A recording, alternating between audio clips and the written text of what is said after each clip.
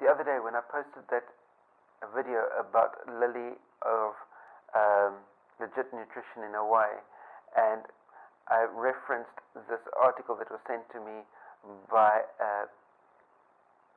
a caring but seriously wrong fan, giving me this article on how to eat low carb as a vegetarian or vegan that was put out by this website or blog called Authority Nutrition. CoachEdu.net. I thought the name seemed vaguely familiar, and then suddenly it clicked. I remember seeing something that my friend Vegan Gains in Canada put out about Authority Nutrition. Authority Nutrition received an entire episode of his Worst of the Fitness Industry. Take a look at what Vegan Gains has to say about Authority Nutrition right here.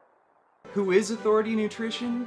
Well, it's hard to say. The only evidence of his existence are retarded, biased, pandering nutrition articles and one unflattering photo of a fat, oily, bald man. Now, I don't like to be the look-at-me bro types, but when you're following your own nutrition advice and you end up looking like this, you might want to be a little worried. The sad part is, this guy must have thought that was a particularly good photo or else he wouldn't have posted it. Now, assholes like Mike Chang may be overall more well known, and don't worry, we'll get to him later, but first we have to deal with the small fish.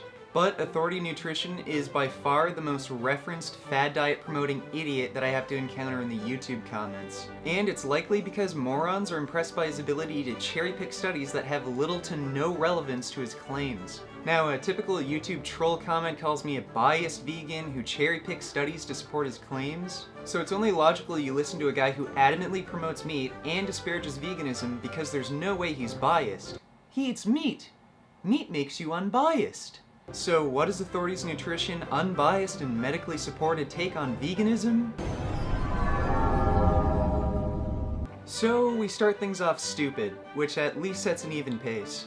Now, the reality is, B12 is produced by bacteria which is found in fresh water or on the dirt from the plants we eat. But because we live in modern times where we drink treated water and we well wash our vegetables, B12 has to be gotten from supplementation or fortified foods. But in Authority Nutrition's fantasy world, it all comes from meat. The reason B12 deficiencies are less prevalent among meat eaters is because meat eaters eat more fortified foods, whereas vegans eat less fortified foods and they generally don't take a B12 supplement. So the issue here isn't that vegans aren't eating meat, it's that we aren't taking a B12 supplement. So why is Authority Nutrition arguing that meat is the issue here? But it couldn't have anything to do with him being biased. He eats meat after all. Meat makes you unbiased. Next he talks about protein, specific amino acids, DHA, and of course to impress all of his victims of incest who read his articles, he has links to studies. But the funny thing is, these aren't studies on meat, they're studies on supplements, supplements, and supplements. So according to Authority Nutrition, vegans shouldn't take any vitamin supplementation at all, including B12, but when you see studies that show a health benefit to supplementation, that says to him, we should eat meat. He's not biased, he eats meat, remember?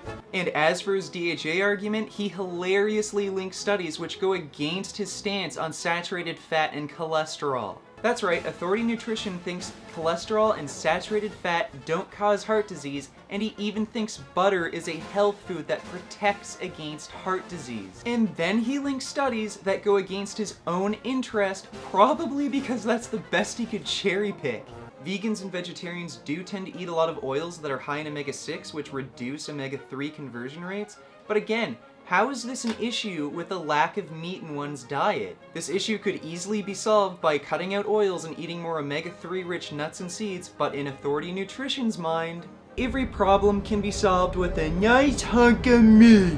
I said he's not biased! And he goes on to claim that cholesterol is a crucial nutrient needed to produce testosterone, but oddly enough, he doesn't cite this study which shows that vegans have the same level of androgens as meat eaters. None of the studies he cited even demonstrated that the minimal difference in testosterone levels between diet groups was even caused by cholesterol. So why is he making such absolutist statements on testosterone and cholesterol when the studies he cited have nothing to do with testosterone and cholesterol? It's not because he's biased. He probably just didn't know those studies. And now for the grand finale. There are no studies showing that vegan diets are better than other diets. What? Yeah, that's right, folks. There are none.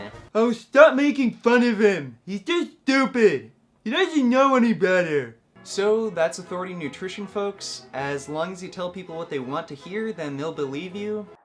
That's right. And looking at this latest article that I've seen coming out of Authority Nutrition on how to eat low carb as a vegetarian or vegan that was put out in May 2016, I can see exactly where Vegan Gains got his mindset on exactly how bad the advice is that Authority Nutrition panders out and gets given the illusion of being science.